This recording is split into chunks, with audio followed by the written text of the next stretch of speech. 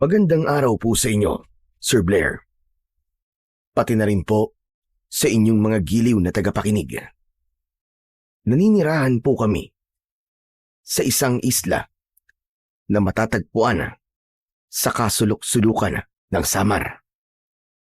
Nakilala po ako noon sa pangalang Alon dahil sa kakaibang galing ko po sa paglangoy kahit pa sa malalakas na alon.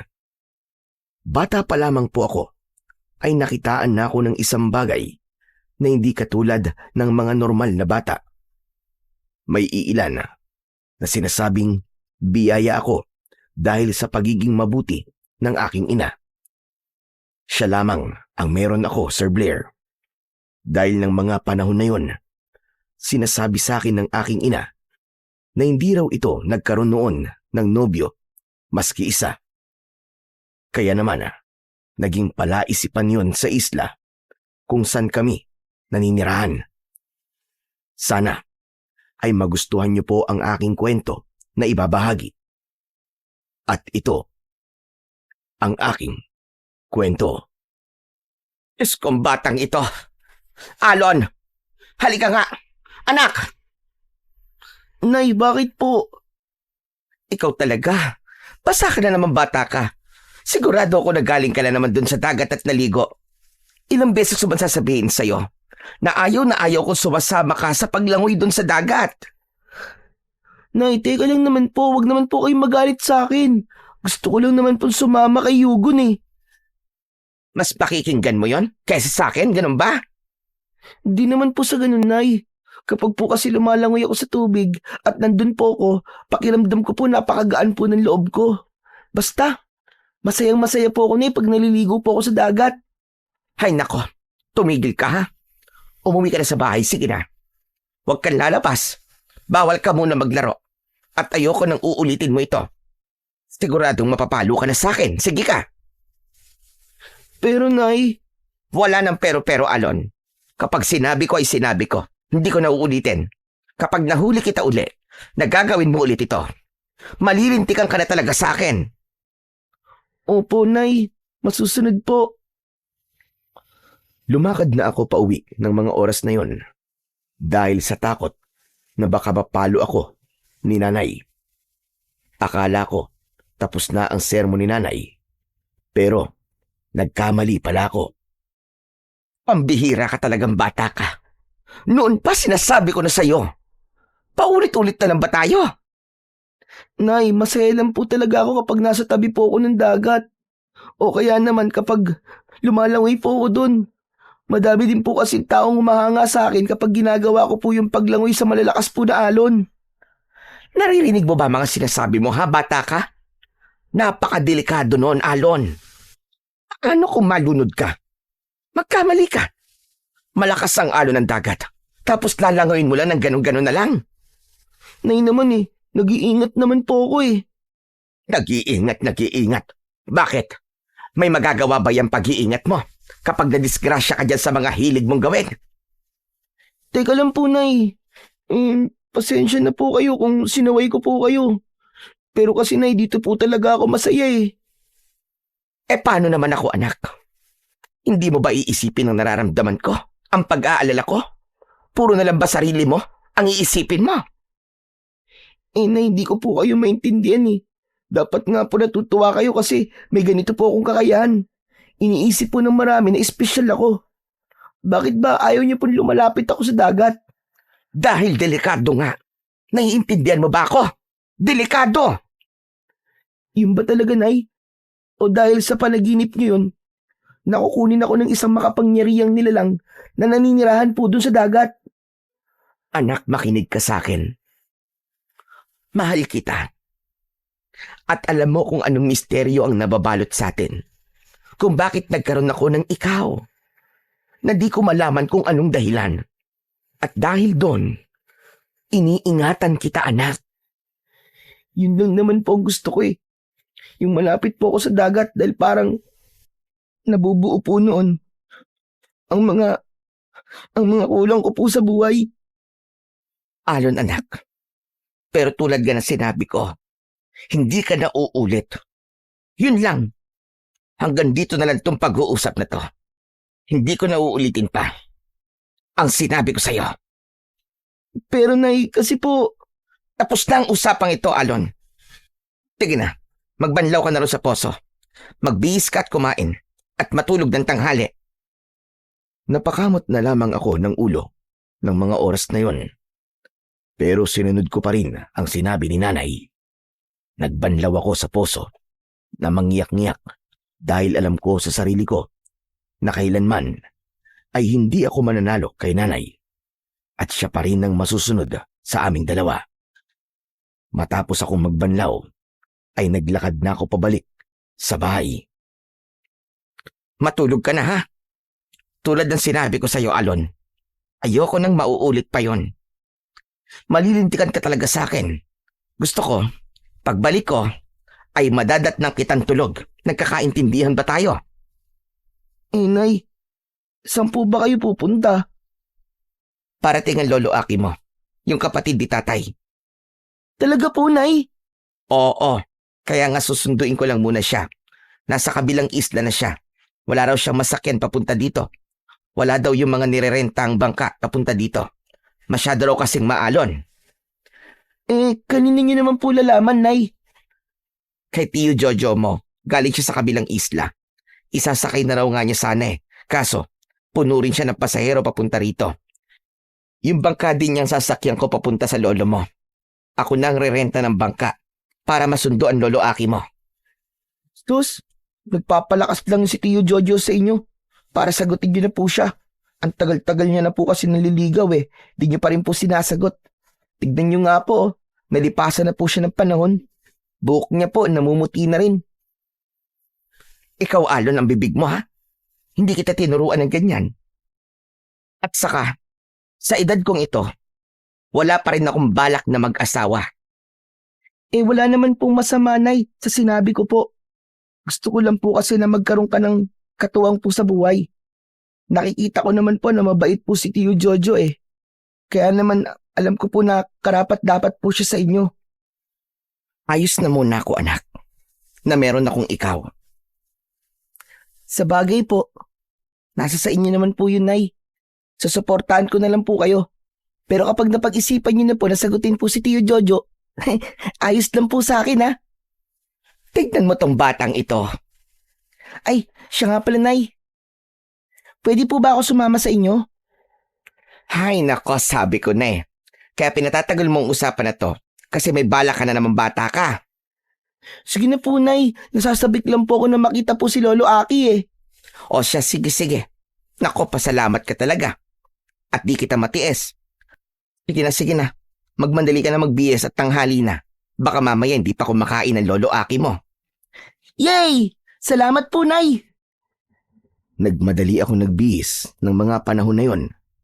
At dahil sa kasabikan, hindi ko pa napansin na baligtad ko palang naisuot ang damit ko na pang-itaas. Pagkatapos nun, ay mabilis na kaming naglakad palabas ni Nanay.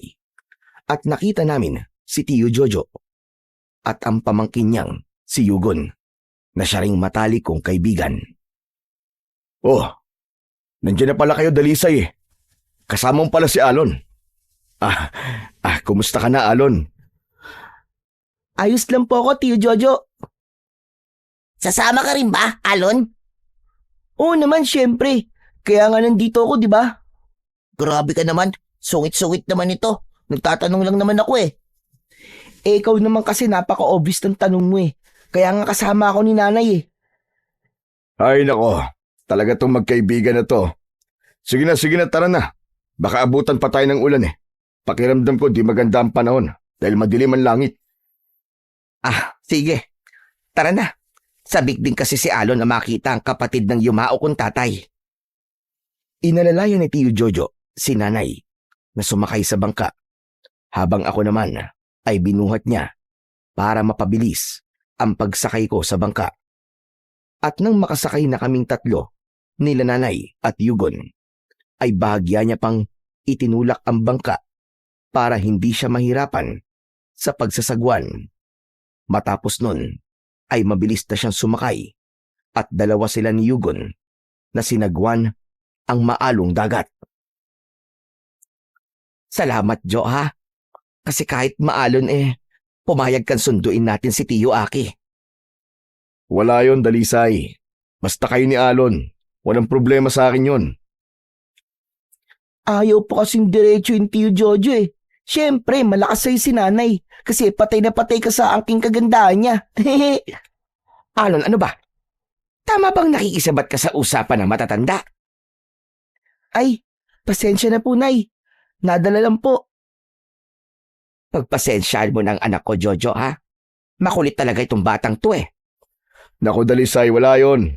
Nakakatuwa nga Dahil alam ng bata na iniibig kita. Dapat pala, Alon, hindi na lang tayo sumama. Hinayaan na lang sana natin si Tiyo Jojo at Aling Dalisay na mag-usap. At malaya silang makapag-date sa laot. Yugon, tumahimik ka ha. Tiyo, sorry na. Nadala lang po. Nagngitian kami ng kaibigan ko ng mga oras na yon. Dahil pareho din namin gusto noon na magkatuluyan si nanay at si Tiyo Jojo. Tingnan mo si Aling Dalisay at si Tiyo ko. Bagay sila, no? Huwag kang maingay, Yugon. Darating din yung oras na magkakatuluyan din sila. Hoy, kayong dalawa. Anong pinagbubulong-bulungan niyo dyan, ha? Wala po, Nay. Maganda po kasi yung tanawin eh. Pero medyo maalon lang po. Oo nga pala, Dalisay. Nakarating na ba sa inyo? Ang alin, Jojo? Malamang hindi pa. Dahil nagtanong ka ng ganyan. Ang alin nga yun? May natagpo ang bangkay sa dalampasigan. 2 beses nang nangyayari yun Si Kapitan Marcel naman kumikilos na rin. Ano ka mo? Totoo ba yan? Oo, Dalisay. Ang sabi pa ni Kapitan lahat daw ng nakitang bangkay mga bangkero na naghahatid ng pasahero. Diyos ko, ano ba yan? Nakakatakot naman ang balita mong yan, Jojo.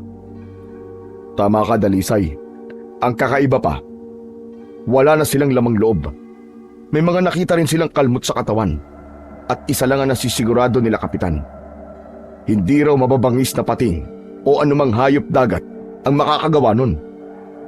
Naku, Jojo. Dapat pala mag-ingat na din tayo. Lalo na bangkero ka rin. Dapat, huwag nang tatanggap ng pasahero kapag gabi na. Oo naman. Mula nung mapabalita yung bangkay na yon, tumigil na din ako sa pagtanggap ng pasahero sa gabi. Mahirap na. Baka di pa kita napapasagot mapabalita na rin akong wakwakan tiyan at wala nang lamang loob. Ikaw talaga. Naisingit mo pa talaga yan. Ikaw naman po kasi na Mula nung 6 na taon pa lang po ako nililigawan ka na po ni Tiyo Jojo. Ilang taon na po 6 na taon na siya nanliligaw sa inyo. Pero di mo pa din siya sinasagot. Biglang hinawakan ni nanay ang bibig ko na para bang humahawak lamang siya ng bagay. Dahilan kung bakit ako napatahimik. Kasabay nun ang pagpilit niyang pagngiti at panlalaki ng mga mata niya sa akin. Alam ko ang ibig sabihin nun. Kaya nang inalis na niya ang pagkakahawak sa bibig ko, ay humarap na lamang ako sa kaibigan kong si Yugon at hindi na pinakinggan ang pinag-uusapan ni nanay at Tiyo Jojo. Yan kasi. Lagi ka sumasabay Hindi ka naman kasama sa pag-uusap nila. Tumigil ka nga. Itulak kita dyan Grabe ka naman. Napakapikon mo talaga. Ay, siya nga pala. Gusto mo ba sumama bukas? Mangisda tayo. Sigurado makakarami ka. Napakagaling mong sumisid at lumangoy Yun nga lang, di na ako pinapayagan ni nanay Pinagbawalan niya na ako. Sa totoo lang, matagal niya na nga akong pinagbabawalan pero sinusuway ko lang. Sayang naman nun. Di bale, sa susunod na lang. Palalamigin ko na lang muna ang ulo ni nanay. Ano ka mo? Susuway ka na naman. Naku, tepok ka. Lagot ka na naman kay Aling Dalisay kapag nalaman niya yan. Huwag ka na nga munang maingay. Tsaka na natin pag-usapan pag tayong dalawa na lang. O sige, sabi mo Alon, ayos ka lang ba? Komportable ka ba sa inuupuan mo? Opo, Tiyo Jojo. Salamat po. Kapit lang kayo na maayos ha. Medyo malakas yung alon. Pero kaya naman. Malapit na rin tayo. Natatanaw ko na yung kabilang isla eh. Aba, oo nga no. Hindi ko napansin. Napakabilis pala nating makarating. Maganda nga yun, Tiyo eh. Nagugutom na din po kasi ako. Kasalanan mo yan, Yugon. Imbis kasi na kumain, sige ka sa tampisaw sa dagat kahit na alam mo maalon. Eh paano? Si Alon po kasi. Yaya po nagyaya sa akin. Ha? Ba't ako? Ikaw nga din yung pumupunta sa bahay tapos yayayain mo akong mangisda eh. At nagtuturoan pa kayo ngayon. Eh pareho naman kayong pasaway na mga bata kayo. Hayaan mo na. Mga bata pa naman sila eh. Oh, ayun na pala. Sandali lang, ako na muna ang bababa. Hilahin ko yung bangka para hindi na kayo mabasa. Salamat, Jo. Ninitian lang ni Tio Jojo si nanay ng mga oras na yon at bumaba na ito. Hinila ang bangka.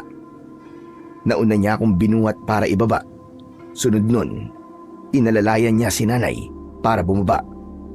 Habang ang kaibigan ko naman ay hinayaan niya lamang ng mga panahon na yon na bumaba sa sarili niyang diskarte. Dahilan kung bakit ito napasubsob sa tubig. Ano ba yan, Yugon? Kaliligo mo lang, tumalong ka na naman sa tubig. Hindi naman ako tumalon eh. Nasubsob ako. Si Aling Dalisay nalalayan mo tapos si Alon binuwat mo. Tapos ako'y nayaan mo lang. Hindi halatang may paborito ka. Pasensya ka na. Akala ko kasi kayang-kaya mo na eh. Tara na, Yugon. Kaninang dilim ng langit. Ngayon ang sakit na sa balat ng sikat ng araw, ang init. Eto na nga, sandali lang. Gusto mo pa yata buhatin ka pa ni Tio Jojo eh. Aba, sa laki ng katawan mo, baka mamaya mapilayan pa siya. Grabe ka naman sa akin, Alon. At least malusog ako. Ikaw patpatin. Ayan na naman kayong dalawa. Nag-aaway na naman kayo. Tinawanan ko na lamang ang kaibigan ko ng mga oras na yon. Naglakad kami ng kaunti at nakita namin sa hintayan ng pasahero si Lolo Aki na may hawak na dyaryo at nag-iisa. Lolo Aki! Lolo! Dahan-dahan lang, Alon, at baka mamaya'y madapa ka. Nay! Ayun na po si Lolo. Nasasabik na po talaga ako eh. Ikaw naman na bata ka. Hindi naman lilipad palayo ang lolo mo, kaya wag ka muna masyadong sabik. Makakalapit din tayo sa kanya. Basta Nay, gusto ko na po siyang mayakap. Mauuna na po ako. At ng mga oras na yon ay mabilis na akong tumakbo. At nang makalapit na ako kay Lolo, ay dahan-dahan akong gumapang at lumusot sa ilalim ng dyaryo. Bulaga! Lolo Aki, kumusta na po kayo? Sus, Ginoo ko! Dahil sa gulat ni Lolo Aki, ay napalo niya ako sa noo ng kanyang kamay. Aray ko naman, Lo. Ba't ikaw nga ba yan, Alon? Siyempre naman po, Lo, ang nag-iisa niyo pong gwapong apo. Aray ko, ang sakit po dun ah. Abay, bakit ka naman kasi nang gaganon? Magugulatin ako. Eh gusto ko lang po kayong masurpresa eh. Pero grabe pala yung kapalit. Para yatang nagkaroon pa ako ng bukol ah. Ano ba nangyari, Tiyo? At bigla kayo sumigaw? Abay, ang batang pasaway na ito. Ginulat ba naman ako? Hay nako, pagpasensyaan nyo na po, Tiyo. At hindi ko alam kung bakit ganyan na lamang katigas ang ulo ng batang yan. Ay, oo nga pala, Tiyo. Mano po? Pagpalain ka ng Diyos. Eh ikaw ba, Alon? Nagmano ka na ba sa lolo mo? Aling Dalisay, sa tingin ko po, di mo na kailangan tanungin. Pulang-pula na po yung noo, tignan nyo. Nakatikim kasi sa akin yan ng pagmanong siguradong hindi niya malilimutan. Aray ko, ang sakit nun, Lo. Bakal po ba ang kamay nyo? Hindi. Pero pwede ko namang ulitin at nang mahulaan mo kung anong klaseng kamay ba ang meron ako. Naku, hindi na po, Lo. Okay na po ako. Kung ganon, halina't kanina pa ako naghihintay at kanina pa nagwawala ang mga bulati ko sa tiyan. Ay siya nga pala, Salamat, Jojo, at pinarating mo kay Dalisay na nandito ako. Naku, wala po yun. Masaya naman po ako eh. Siya, tara na. Mamaya na lang tayo magkwentuhan pag nakausad na ang bangka. Naglakad na kami ng sabay-sabay habang ako ay hawak pa rin ang napalong noo. At nang makarating na kami sa bangka ni Tio Jojo, tulad ng dati, ay inalalayan niya uli si nanay at ganoon na rin si lolo sa pag-akyat ng bangka. At nang makausad na ang bangka, ay kinausap ni lolo si nanay. Totoo bang nakita ko sa dyaryo, Dalisay, Ang alin po, Tiyo? na may mga natatagpo ang bangkay sa dalampasigan ng isla ninyo? Opo, Tiyo. Sinabi lang din po sa akin ni Jojo yun eh. Sa katunayan nga po, wala pa po akong alam na may nagaganap na po palang ganyan. Ibig sabihin pala ay nag-uumpisa na ang mga kinatatakutang panaginip ng tatay mo noon. Ano pong ibig niyong sabihin, Tiyo? Naalala mo pa ba nung maliit ka pa na tinawag na nasisiraan ng ulo ang tatay mo dahil sa mga panaginip niya na hindi makatotohanan sa pandinig ng ibang tao? Ano naman pong kinalaman nun, Tiyo? Malaki ang kinalaman ng Dalisay, sapagkat natuwa sa iyo ang bathala ng dagat na si Magwayan. Kaya niya ibinigay sa iyo ang katangian na magkaroon ng anak kahit na hindi ka naman dumadaan sa isang pag-ibig ng tao. Naman nasisigurado ko na ang panaginip niya na magkakaroon ng mga nilalang na sasalakay sa inyong isla at isa-isang papatay na mga tao ay magkakatotoo. Teka lo, sino po pala si Bathalang Magwayan? Sa bahay na lamang tayo mag-uusap. Sumama ka na rin, Jojo. Doon na lamang kayo magpahinga ng pamangkin mo. Sige po. Hindi naman ganun kalakas yung alon sa dagat eh. Mapapabilis po yung pagbalik natin sa ating isla. Yugon, gusto mo ba palit tayo? Ako naman ang magsasagwan. Hinihingal ka na kasi para makapagpahinga ka. Sige, Alon. Ang sakit na rin kasi ng mga balikat ko eh. Nangangalay na ako. Napakabait naman pala ng apo namin ng kapatid ko. Sana nakikita niya ito. Siguradong matutuwa yun. Ay nako, Tiyo. Ngayon lang humabait yan. Kanina nga lang pinagalitan ko yan. Paano ba naman? Napakakulit kasi. Totoo ba yun, ha, Alon? Teka lang po, Lolo Aki. Kasi naman po si nanay, pinagbabawalan niya po akong lumangoy sa dagat. Kahit na po, yung po nagpapasaya sa akin. Dalisay, Aba, Alon. Ano bang pinag-usapan natin? Di ba ang sabi ko sa'yo? Huwag kang lalangoy sa dagat lalo na kung malakas ang alon, hindi ba? Kahit nga may bagyo, sige ka pa rin ang langoy. Kaligtasan mo lang naman ang iniisip ko. tama na yan, tama na. Ay nako, pareho kayong may mali. Ikaw, Alon, kapag sinabi ng nanay mo, ay dapat sundin mo at wag na wag mo siyang susuwayin. Dahil kahit na anong mangyari, ang nanay mo pa rin ang masusunod at hindi ikaw. Lalo na kung kaligtasan mo naman ang iniisip niya. Pasensya na po, Lolo Aki. At ikaw naman, Dalisay, pwede naman na magtampisaw ang bata sa dagat. Kung hindi naman mapanganib, hayaan mong lalo pa niyang mahasa ang talentong meron siya. Nandun na nga po ko, Tiyo. Ang problema po kasi, dahil alam niya na magaling po siyang lumangoy sa maalong dagat, nagpapakitang gilas siya. Tinignan ako ni Lolo Aki nang masabi ni nanay ang dahilan kung bakit niya ako pinagbabawalang magtampisaw sa dagat. Hindi ko alam, pero natakot ako sa mga tingin na yon ni Lolo Aki. Ngunit habang tinititigan niya ako, bigla na lamang umuga ang aming sinasakyang bangka. Diyos ko, ano yun? Tiyo, sa banda puro no, tignan nyo. Anak ng hayop na hipto to. Pinagsabihan ko na silang wag gagamit ng dinamita sa dagat. Hindi talaga sila marunong makinig. Hindi maganda ito. Maaaring magalit ang mga nilalang ng tubig sa ginagawa nila. O maaaring naaabala na rin nila ang mga nilalang. Dahilan kung bakit nagkaroon na ng mga biktima. Nasisigurado kong Mga aswang nakatao ang nagagalit sa kanilang mga ginagawa. Hayaan nyo na muna sila ngayon, Tiyo. Lumalakas na naman ang alon ng dagat.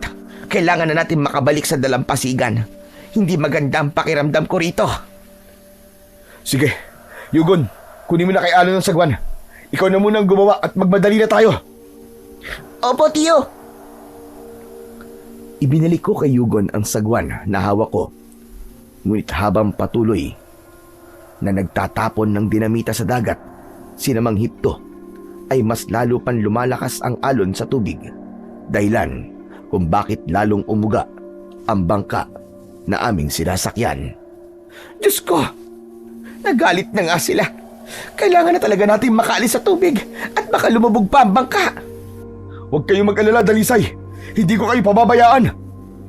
Jesus Mariosep, hindi na talaga ito maganda. Napansin ko rin ng mga panahon na yon ang mas malalakas na hampas ng tubig dagat. Ang iba ay nasasalo ng aming sasakyang bangka. Maliban doon, napansin ko rin ang mga kakaibang nilalang na nasa ilalim ng tubig. Hindi ko sila gaanong matanaw dahil sa labo ng tubig dagat na nanggagaling sa dinamita na kanilang hinahagis. At nasisigurado ko ang mga nakita kong nilalang ay palapit sa grupo nila. Dahil doon, bumanot ang takot sa aking pagkatao. Walang pagdadalawang isip akong tumalon sa maalong dagat. Alon! Ano ba yung ginagawa mo?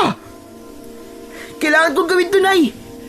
Hindi ko po alam, pero may bagay po na bumubulong sa akin na dapat ko na po kayong maialis rito.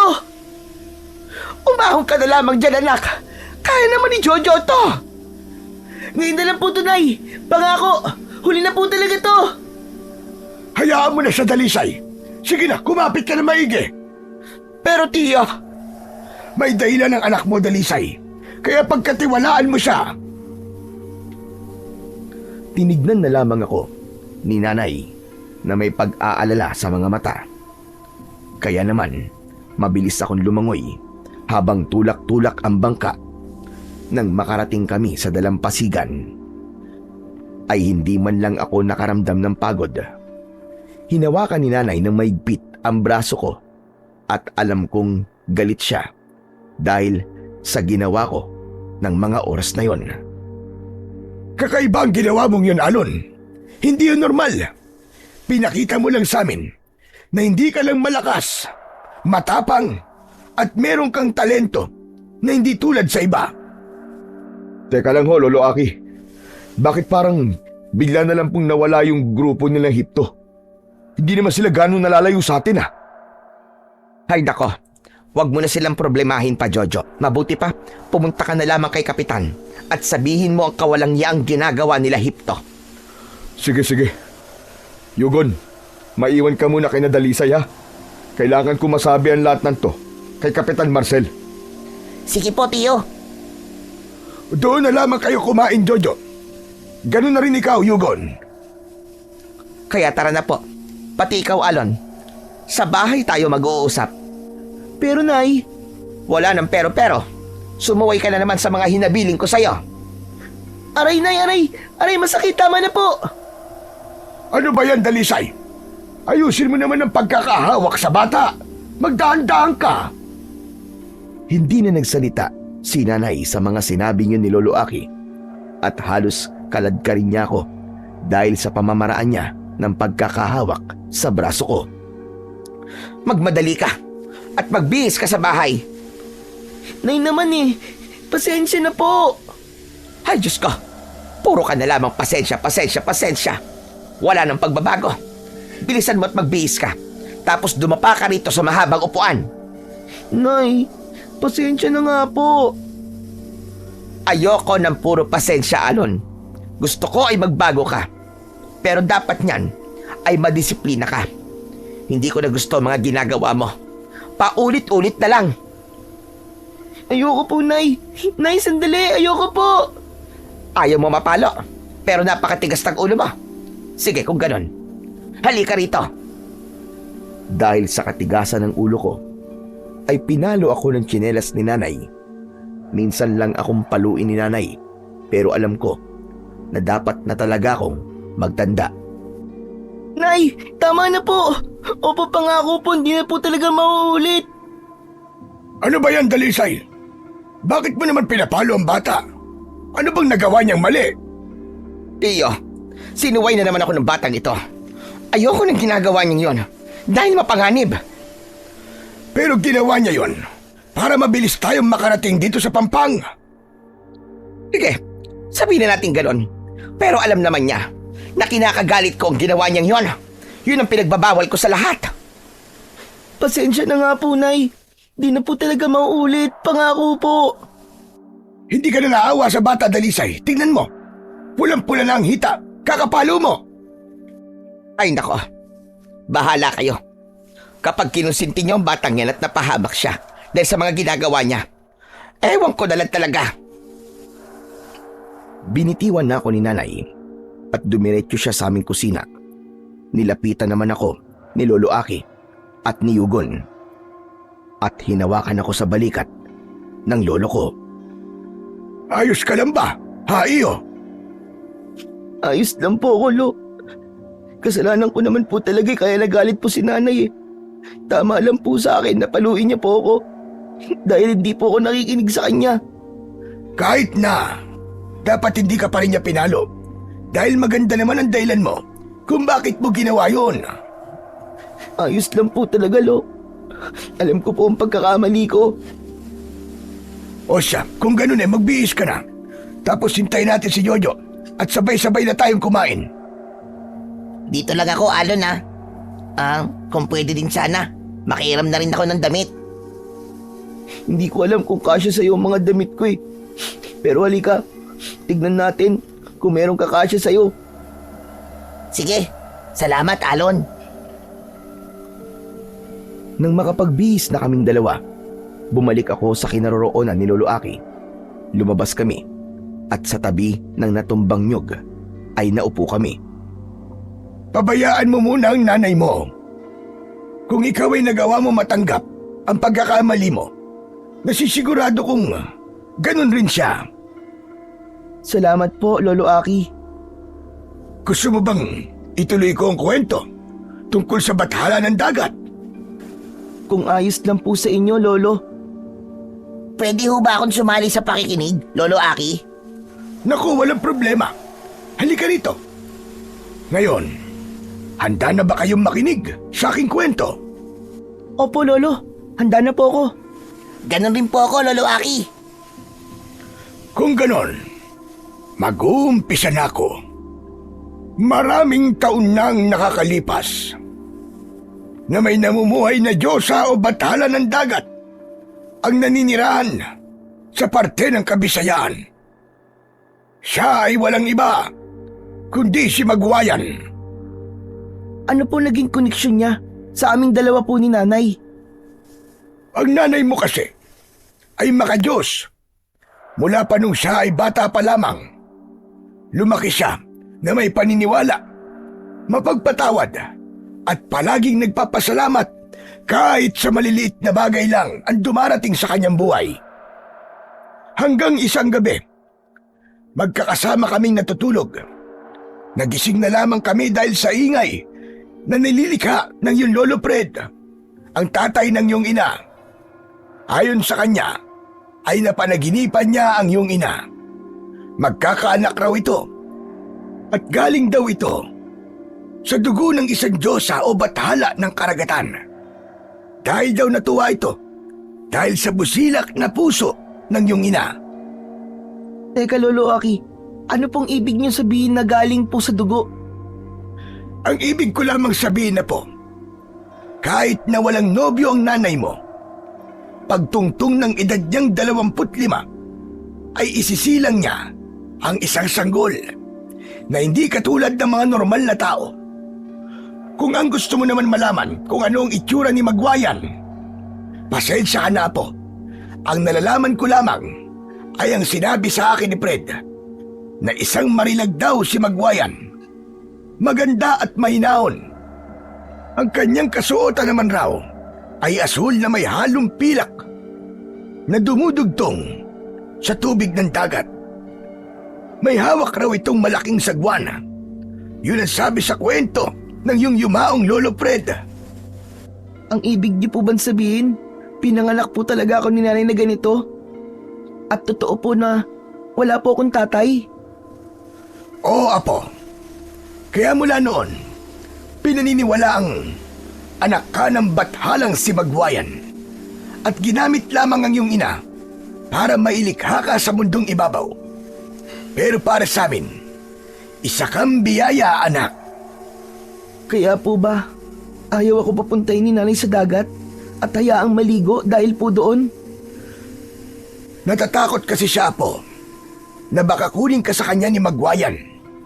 Pero sigurado naman ako na hindi gagawin yun ng bathala o Diyosa ng karagatan dahil ibinigay ka nga niya sa amin. Kung ganun po, naiintindihan ko na po ngayon. Kaya sana ay huwag mong masamain ang pag-iingat na ginagawa sa'yo ng nanay mo dahil para rin sa iyong kapakanan yun. Salamat po, Lo, dahil pinaintindi niyo po sa akin ng lahat. Maraming salamat po talaga. Niyakap ko si Lolo Aki at maya-maya pa, siya namang dating ni Tiyo Jojo. Halata sa kanya ang pagkabalisa. Tiyo Jojo, ano po nangyari? Ba't parang alalang-alala po ang itsura niyo? May nangyari po ba? Masamang balita, Alon. Mang Aki, napakasamang balita po. Bakit? Ano ba nangyari? Yung bangka po na grupo po nila Hipto, natagpo ang wasak. Pagdating ko kasi sa barangay, agad kumilos si Kapitan. Naglakad-lakad kami. Doon nakita ng mga tanod ang sinasakyang bangka nila Hipto. Wasak at wala nang ibang parte nito. Isang masamang balita nga yan, Jojo. Mga grupo ng mangingisda, kumusta sila? Yun nga po, Mang Aki. Yung bangka nakita na, pero sila Hipto hindi pa. Diyos ko, ito na talaga ang pinakakinatatakutan ko. Totoo ngang kumikilos na ang mga aswang nakataw. Hindi ito maganda. Lolo Aki, ang katauho ba kalahating isda, kalahating tao? Tama ka po. Katulad sila ng mga magindara. Ang pinagkaiba lang, ang mga kataw ay madalang manakit ng tao. Tagabantay sila ng dagat. Umaatake sila kahit na sa araw, lalo na kung pinipirwisyo ng mga tao ang karagatan. Hala, may nakita po ako kanina habang patuloy po na nagtatapon po ng dinamita si Namang Hipto. May mga nilalang po sa ilalim ng tubig na mabilis po na lumalangoy papalapit po sa bangka nila. Yung po ang dahilan ko kung bakit po ako tumalon sa tubig para lumangoy po at itulak po ang bangka natin. Hindi maaari ito. Nangyayari na ang nasa panaginip ng aking kapatid. Mang Aki, ayos lang po ba kayo? Hindi, Jojo. Sa nalaman kong ito, pati ang mga magbabangka at mangingisda ay parurusahan ng mga aswang nakataw. Hindi lamang yon, siguradong papatayin sila sapagkat ayon kay Fred, sa darating na panahon, dahil sa pagiging malupit ng mga tao sa kalikasan, ay magkukulay dugo ang dagat, mapupuno ng patay, nalulutang sa tubig. Kailangan matigil ito bago pa man tuluyang magasik ng lagim ang mga aswang nakataw. Napahawak si Lolo Aki sa kanyang dibdib. Kaya naman natakot ako at binitbit namin siya sa loob ng bahay. Kinuhanan ko siya ng tubig na maiinom. Ano nangyari, Jojo? Pasensya na, Dalisay. Hindi ko alam na sensitibo si Mang Aki sa mga masasamang balita. Bakit? Ano nga bang nangyari? Yung bangka nila Hipno natagpo ang wasak, habang ang grupo naman nila ay nawawala. Diyos ko, hindi nga ito maganda. Kumain na muna kayo. Ako nang bahala sa kanya. Sige na. Sumunod ka na rin doon, Alon. Mamaya nakakain ng lolo mo. Sumunod ako sa sinabi ni Nanay. Sinama ko sina Tiyo Jojo sa aming kusina at doon ay sabay-sabay kaming kumain. Hindi ko naman mapigilan ang mapasilip dahil nakikita kong hirap na hirap si Lolo sa paghinga. Alon, Ano po yun, Tiyo Jojo? totoo ba yung sinabi mo kanina? Alin po doon? Yung tungkol sa mga nilalang na nakita mo. Naku, Tio Jojo, totoo po yun. Hindi po ako magkakamali. Kalahating isda at kalahating tao po ang nakita ko. Kulay berde po ang buntot at kulay puti naman po ang mga buhok. Kailangan na talaga mapigilan ang paninira ng mga tao sa karagatan. Natatakot ako para sa kaligtasan natin lahat. Sa sinabi mo, Tiyo, natakot na tuloy ako pumunta sa tabing dagat eh. Nakakakilabot talaga. Iniisip ko pa lang ang itsura nila. Baka hindi na ako makagalaw. Dapat lang, Yugon. At wag na wag mo nang susubukang maggala pa sa tabing dagat o kahit magtampisaw man lang dahil delikado na talaga. Opo, Tiyo. Nang matapos kaming kumain, naabutan ko si nanay na nakaupo habang si Lolo Aki naman ay natutulog. Umupo ako sa isang upuang kawayan at hindi na nagsalita. Dalisay, maraming salamat sa pagkain ha. Napakasarap mo talaga magluto. Mauuna na kami ni Yugon. Basta pag may kailangan ka, tawagin mo lang ako. Basta ikaw, hindi ako tatanggi. Sige, Jojo. Maraming salamat sa iyo. Walang anuman, Dalisay. Sige, Alon, mauna na kami. Alon, bukas dito na lang tayo maglaro sa tabing bahay nyo. Pupuntahan kita rito. Sige, Yugon. Salamat. Nang makalabas na sila, ay tahimik lamang akong pinagmamasdan si nanay. Alam ko, nagalit pa rin ito sa akin. Nay, pasensya na po kanina ah. Pangako po, hindi na po yun mauulit. Halika rito. Umupo ka sa tabi ko. Nang sabihin yun ni nanay, lumapit ako at umupo sa tabi niya at yumuko. Nay, ayoko pong magalit kayo sa akin. Alam ko po na mali po ang suwayin kayo. Pero ginawa ko pa rin po ang bawal. Pasensya na po kung nagalit po talaga kayo sa akin. Hindi na po talaga mauulit, Nay. Pangako. Opo, Nay, pangako po. Niyakap ako ni nanay. Napansin ko ang pagluwa ng mga mata niya. Nay, bakit po kayo umiyak? Pagpasensyaan mo na rin ng nanay ha. Kung napalo kita kanina. Pasensya na talaga. Ayoko talaga na gawin yon. Nadala lang ako ng galit ko. Ayos na po yun, Nay. May dahilan naman po kung bakit niyo po ako pinalo eh. Pero Nay, pangako po talaga, kahit kailan, hindi na po ako uulit. Pangako mo yan, anak ha. O siya, sige na. Tutungo mo na ako kila Jojo. Dito ka lang at bantayan mo ang Lolo Aki mo. Nakalimutan ko kasing ibigay ang bayad sa kanya. Sige po, Nay. Mag-iingat po kayo. Magligpit ka ng konti dito ha. Para kapag nagising ang lolo mo, ipaghanda mo naman siya na makakain. Sige po, Nay. Nang lumabas na si nanay, nagtungo naman ako sa kusina para hugasan ang aming pinagkainan. Nagwalis na rin ako sa loob ng bahay. Ay, Lo, gising na po pala kayo. Gusto niyo na po bang kumain? Sabihin niyo lang po at ipag-aasikaso ko po kayo na makakain niyo. Wag na muna, Apo. Nalipasan na ako ng gutom at baka sumakit lang ang sikmura ko. Ano pong gusto niyo? Tubig na lamang, Apo. Ayos na sa akin ang tubig. Sige po, sandali lang po. Ikukuha ko po kayo. Salamat, Alon. Nagmamadali akong kumuha ng tubig at iniabot yon kay Lolo Aki. Nasaan nga palang nanay mo, Apo?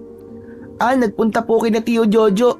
Nalimutan daw po niya kasing ibigay yung bayad para po sa pagsundo sa inyo. Ganun ba? Teka, ano palang balita doon sa grupo ng mga mangingisda na gumagamit ng dinamita? Nakita na ba sila? Hindi ko po alam, Lolo Aki. Di naman po ako lumabas kaya hindi po ako nakasagap ng balita. Ay nako, Diyos ko. Nakakasigurado kong hindi sila muling makikitang buhay. Dahil likas na masasama ang mga katao. Lalo na kung masama rin ang mga tao. Hindi natin sila masisisi. Dahil kagagawan din ng mga tao kung bakit nag-aasik sila ng kasamaan. Mapaghiganti sila at hindi marunong magpatawad. Pero Lolo Aki, sigurado po na marami po mapapahamak dahil doon. At marami pong tao ang mamamatay. Hindi natin ito mapipigilan. Kung walang nilalang ng liwanag, ang pipigil sa kanila. Pero Lolo Aki, sino pong gagawa nun? Kailangan nating humingi ng tulong sa ating amang lumika. Ganun na rin sa mga Diyos at batal ang kanyang ginawa. Ngunit hindi ako sigurado kung pakikinggan nila tayo. Dahil kagagawan din naman ng mga tao kung bakit nag-umpisa silang sumalakay. Pero kailangan po may gawin po tayo. Kailangan mapigilan po natin to. Hindi ko po kayang malaman o makita na may mga tao pong nasasaktan o mamamatay. Ang kailangan lamang natin ngayon ay magdasal.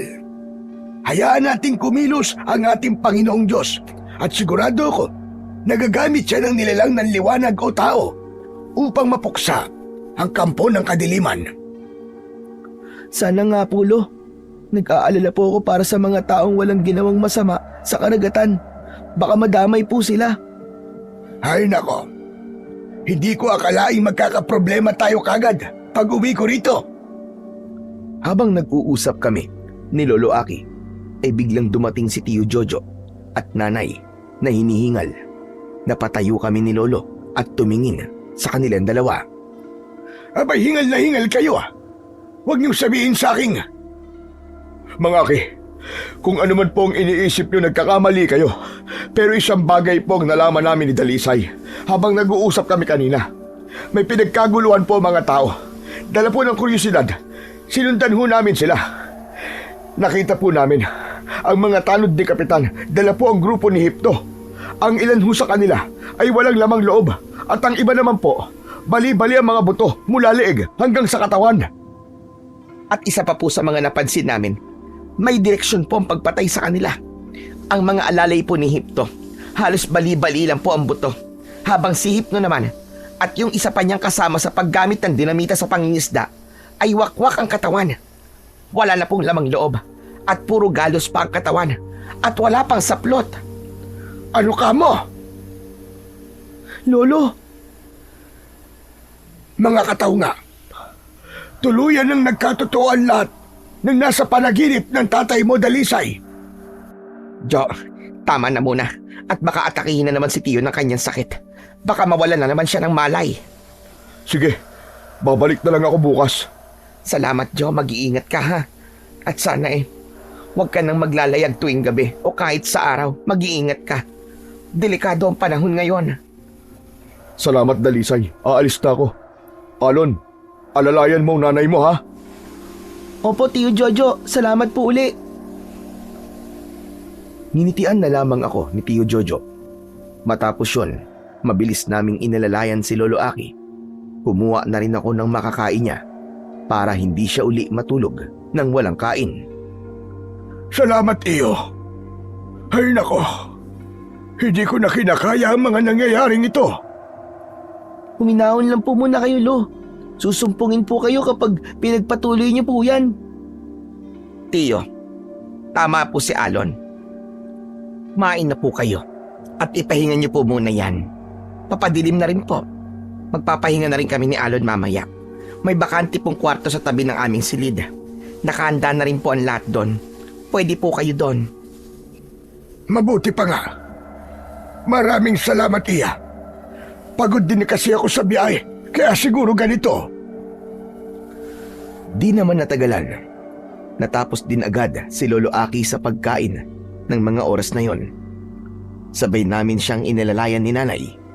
At nang makita na namin siyang nakahiga, ay agad na rin kaming pumasok sa aming tulugan. Nakasanayan ko na. Sa tuwing bago matulog o paggising, ay nagdarasal ako. Yung kasi ang turo sa akin ni Nanay, ang magpasalamat sa buong araw at humingi ng tawad sa mga nagawang kasalanan. Sa paggising naman, ay magpapasalamat kami sa bagong panimula. Nay, gising pa po ba kayo? Matulog ka na dyan, Alon. Masakit ang ulo ko, anak. Nay, hindi po ako makatulog eh. Pilitin mo na lang. Pinipilit ko naman po eh. Kaso hindi ko po talaga kaya.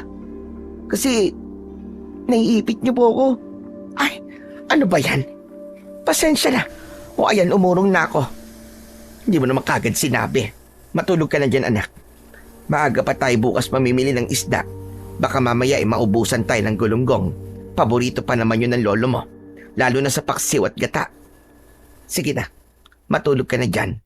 Para bukas pagising niya, may almusal na kagad. Sige po, Nay. Aray ko, parang nangalay yata yung braso ko. Ngunit kahit maluwag na ang pwesto ko, ay hirap na hirap pa rin akong makatulog. Lalo na nang may marinig akong pagtawag. At pangalan ko pa ang binibigkas nito. Dahan-dahan akong lumabas. Hindi ko alam, pero parang nawalan ako ng kontrol sa aking mga paa. Basta nalaman kong naglakad na lang ako palapit sa dalampasigan. Hala, ano ba nangyayari? At sa mga oras din yon, isang hindi kilalang tinig ang aking narinig. Nanggagaling yun sa tubig at walang pangamba ko itong nilapitan. Nang makaapak ako sa tubig, isang malakas na puwersa ang parabang humila sa akin, papunta sa malalim na bahagi. Ang nagpagimbal pa sa aking pagkatao nang mapagtanto ko na nakakahinga ko sa ilalim ng tubig. Maya-maya pa, habang patuloy na hinihila ko pababa, isang asul na liwanag ang siyang pumasok sa aking bibig. At yun ang dahilan kung bakit ako nawalan ng malay. Diyos ko, Alon anak, gumising ka na, nakikiusap ako. Gumising ka na, anak. Sandali lang, Dalisay. Huwag mong istasin ang sarili mo. Gigising rin naman siya mamaya eh. Nay, Anak, Diyos ko, gising ka na rin sa wakas. Akala ko kung napano ka na. Tama bang narinig ko? Gising na ang apo ko. Opo, Tiyo. Gising na nga po si Alon. teka, ano po bang nangyari? Wala kang maalala, anak. Hindi mo ba alam na 3 araw ka nang walang malay? Natagpuan ka namin ni Jojo doon sa dalampasigan. Basang-basa. Ano ba nangyari? Bakit ka napadpad doon?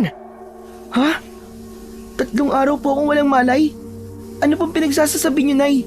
Di ba sabi niyo po, maaga po ako magising dahil mamimili pa po tayo ng isda? Kagabi lang po yun, di ba? Hindi, anak. Oo nga, sinabi ko yun. Pero 3 gabi na ang nakakaraan. Diyos ko, ano ba talagang nangyari sa iyo? Wala po akong maalala, Nay eh. Yun lang po ang alam ko. Pagkatapos niyo pong sabihin sa akin yun, wala na po akong maalala. Hanggang dun lang po talagang naalala ko eh. Alalahanin mo, Alon. Dahil 3 gabi kaming nag-aalala sa'yo. Nakita ka namin na walang malay. Pero wala po talaga akong maalala, Tiyo. Pangako po, wala po talaga. Mukhang alam ko na ang nangyayaring ito. Wala ako sa posisyon para pangunahan ito. Sa palagay ko, ikaw na nga talaga ang hinirang para iligtas sa mga tao sa ating isla. Ipinanganak ka upang magsilbing isang malakas na tao na pipigil sa mga aswang nakataw na itinakdang manggugulo sa islang ito. Ano ho bang pinagsasasabi niyo? Nakikita niyo naman po ang lagay ng anak ko, di ba? Bakit ganyan pa po ang mga sinasabi niyo, Tiyo? Dahil totoo ang mga sinasabi ko sa iyo, Dalisay. Dahil kung titignan, ay hindi lamang yon nagkataon. Dahil siya ang anak sa iyo ng bathalang magwayan. Masasabi nating isa rin siyang babae. Ngunit walang imposible sa mga bathala o Diyosa. Kaya naman, siya ang kukontra sa mga aswang nakataw. Aray, ang sakit po ng ulo ko, Lo. Tama na po muna yan. Huwag na po muna kayong magtalo ni Nanay. Dahil kung totoo man o hindi, ang mga sinasabi nyo, ay malugod ko pong tatanggapin ang kapalaran ko para sa kaligtasan po ng mga tao. Ay nako, tumigil ka, Alon, ha? Ang kailangan lang natin ay ang pagtutulungan na itigil na ang paninira nila sa karagatan. Nay, nag-umpisa na pong umatake ang mga aswang. Kung totoong 3 gabi at araw na po akong walang malay, hindi po imposibleng hindi nadagdagan ng mga biktima. Tama po ba ako, Nay? Natahimik silang lahat sa itinanong kong yun sa kanila. Eh di tama nga po ako, Nay. Kaya sa ayaw at sa gusto niyo po, Gagawa po ako ng paraan. Kung totoong anak po ako sa inyo ng isang bathala, alam kong hindi niya po ako pababayaan. Kaya't lalabanan ko po mga kataon na yun. Naririnig mo ba mga lumalabas sa bibig mo, ha, Alon, anak? Hindi mo ba alam kung gaano kadelikado ang iniisip mo? Teka nga, Alon. Saan mo ba nakukuha yung mga salita na yan, ha? Bakit ganyan ka na lamang katapang ngayon? Hindi ko po alam na Pero maliban po sa masakit kong ulo, nararamdaman ko po na para bang napakagaan po ng katawan ko. Dalisay, siguro mas mabuti pa kung pagpahingayin mo muna ang anak mo. Alam ko ayaw mo mga sinabi niya. Pero sa ngayon, gusto ko munang makausap ka. Nang tayong dalawa lang sana. Hindi nagsalita si nanay. Tinignan lamang niya ako at sumama palabas kay Tio Jojo. Habang si Lolo at Yugo naman ay naiwan sa tabi ko. Ayos na ba ang pakiramdam mo ngayon, Alon? Ayos naman. Yung ulo ko lamang talaga napakasakit. Ano ba kasi talaga ang nangyari? Isa ka rin makulit, no? Ilang beses ko bang sasabihin? Hindi ko nga alam. Ay, pasensya naman. Nagtatanong lang naman ako eh. Pero, sigurado ko na hindi ordinaryo ang mga nangyari sa'yo nang nakalipas na gabi. Pilitin mong alalahanin na po at baka sakaling makatulong sa atin. Pinipilit ko naman po, Lo, Pero wala talaga, napakahirap. Isip po ako ng isip, pero wala talaga akong naaalala. Ibig sabihin lang yan, wala ka talagang isip. Sira ulo. Ganito na nga ang sinasapit ko, nagbibiro ka pa ng ganyan. Para ka ding sintu-sintu, no? Pasensya naman. Gusto ko lang naman magpatawa eh. Pero wala sa oras para magpatawa ka, Yugon. Oo nga pala, Alon, apo. Kung tinatanong mo, kung nadagdagan pa ang mga biktima, ang sagot ay oo. Napakaraming namatay. Maski hindi magbabangka o mangingisda, ay pinapatay na nila. Maski pa ang mga bata na tulad ninyo. Ito talaga yung hindi maganda, Lo. Hindi ko po alam. Pero ang lakas po ng loob ko para pigilan sila. Tipo pong gusto ko na po silang harapin sa mga oras na to. Nagagalit po ako sa mga ginagawa nila sa mga tao. Gusto ko na po silang pigilan ngayon pa lang. Hindi ko na po kayang malaman na may masasawi pa pong muli. Pero paano natin yung gagawin na po? Na maski ako ay nabablangko ang isipan. Takot rin ako. Pero wala tayong lakas para talunin ang mga aswang nakatao. Pero malakas po ang loob ko, Lo. Hindi ako pababayaan po ng batala. Lalo na po, ang Panginoong Diyos. Nasa sayo pa rin ang desisyon na po. Ituring man akong konsentidor, pero dahil alam kong may dahilan kung ba't mo gagawin to, wala akong gagawing dahilan para pigilan yon. Salamat po sa suporta, Lolo Aki. Tutulong ako sa iyo, Tol. Magiging backup mo ako. Hindi na kailangan, Yugon. Baka mamaya pag ginabol ka nila mauuna ka pang mahuli. Sa laki ba naman ng tiyan mo? Hindi malayo yun. Grabe ka naman sa akin. Makikita mo, pag ako namayat, mas magiging gwapo pa ako kaysa sa'yo. Kala mo ha? Joke lang naman yun Ikaw siniseryoso mo masyado. Kapag ikaw nagbibiro, ayos lang. Pero pag ako, masyado mong siniseryoso. Lakas din ang trip mo no? Masyado ka kasing namimersonal. Ano ba yan? Tama na. Mamaya ibigyan ko kayo ng tig-iisang kaltok eh. Hindi nyo na ako ginalang. Sa harap ko pa talaga kayo nag-aaway. Pasensya na po, Lo. Pasensya na po, Lolo Aki. Huwag nyo na lamang uulitin. Dahil magkaibigan kayo, dapat hindi kayo nag-aaway. Ganun lang po talaga kami maglambingan ni Alon, Lo. Kahit pa ba ang pag-aaway ay hindi ko nakikita bilang isang lambing. Dahil magiging dahilan yon para hindi maging mapayapa ang inyong mga isipan. Pasensya na po, Lo. May problema pa po ang isla, pero eto po kami. Nag-aaway pa. Ayos lang ang mag-away. Pero wag naman yung madalas. Alam ko naman na likas na yun sa magkaibigan o kahit sa pamilya pa. Pero hindi lang tungkol sa pagkain. Ang salitang kapag sobra ay nakakasama. Kaya yung pag-aaway ninyo, kapag nagpatuloy, yun ang pangit. Maraming salamat, Pulo. Pangako po, di na po kami mag-aaway ni Yugon. Di ba, Tol? Tama po si Alon, Lolo Aki. Magpapakabait na po kaming dalawa at hindi na po magiging pilyo. Yan, ganyan nga mga bata. Pagtapos kaming pagsabihan ni Lolo Aki, ay pumasok na ulit si Nanay at si Tio Jojo. Hindi tulad kanina, wala na ang pag-aalala sa mga mata ni Nanay. Anak, napag-usapan na namin ng Tio Jojo mo na tama ka. Dapat magtulungan tayo. Kaya dapat kumilos na tayo ngayon pa lang. Kakausapin ko si Kapitan na magsasama kami ng mga tao para pangaralan yung mga taong gumagamit ng dinamita o sumisira ng dagat. Tama, baka sakaling sa pamamaraan na yun, mawala na ang galit ng mga nilalang sa tubig. Hindi ko alam kung gagana pa ba ang plano nyong yan. Lalo na sa ngayon na nakatikim na ng dugo at laman ng tao ang mga katao. Pero wala ring masama kung susubukan natin. Tutulong po kaming magbayi-bayi, Nay. Pabayaan niyo rin po akong tumulong, Tiyo. Magkasama na lang po kami ni Alon.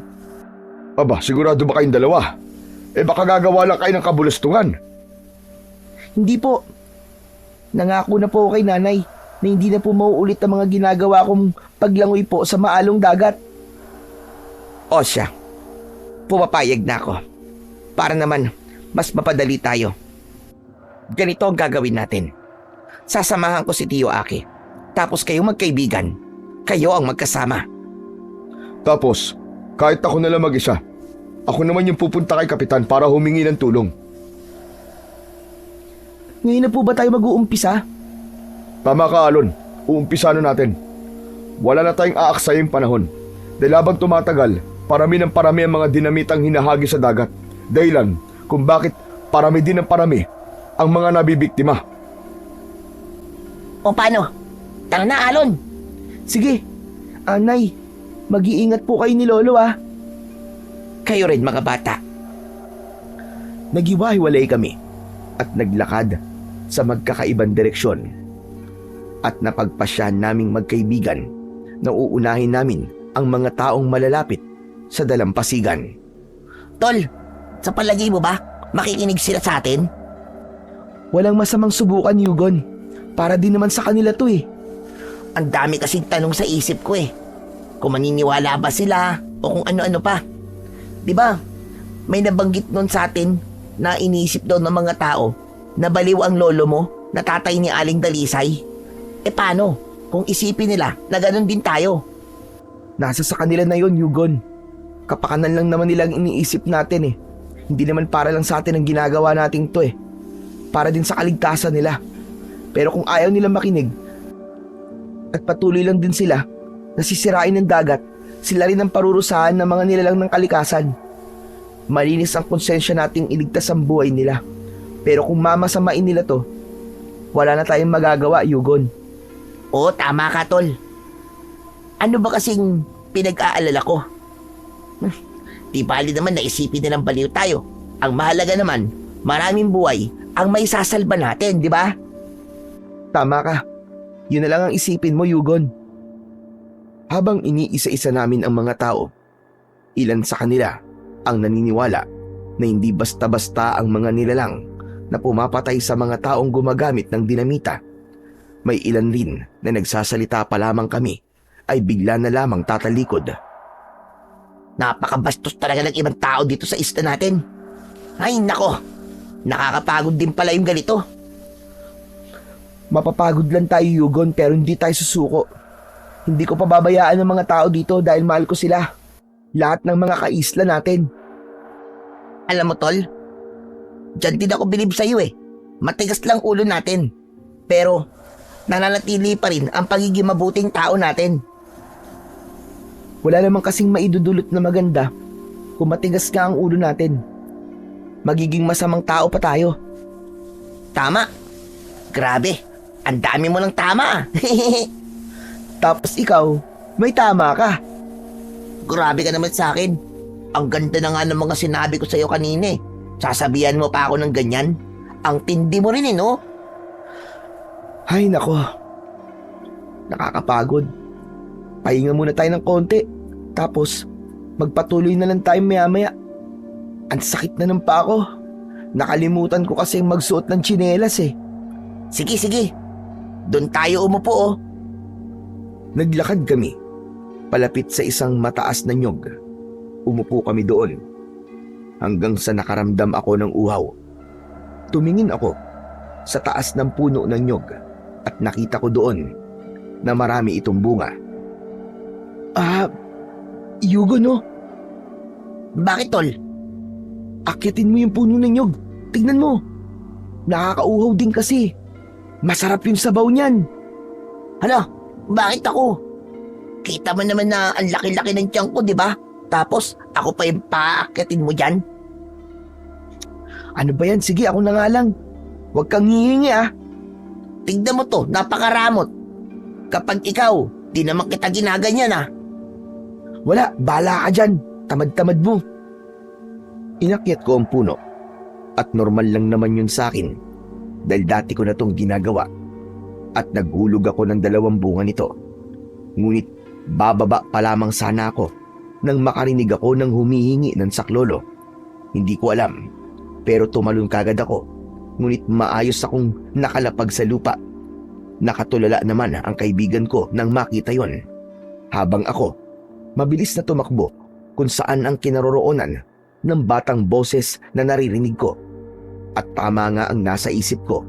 Sa hindi kalayuan, may isang bata ang nalulunod. Sabay nun, ang malalakas na alon ng tubig sa dagat. Pasensya na po, Nay. Sa pagkakataon pong to, kailangan ko po talaga suwayin ka. Tol, teka, anong gagawin mo? Malakas ang ampas ng tubig, delikado yan!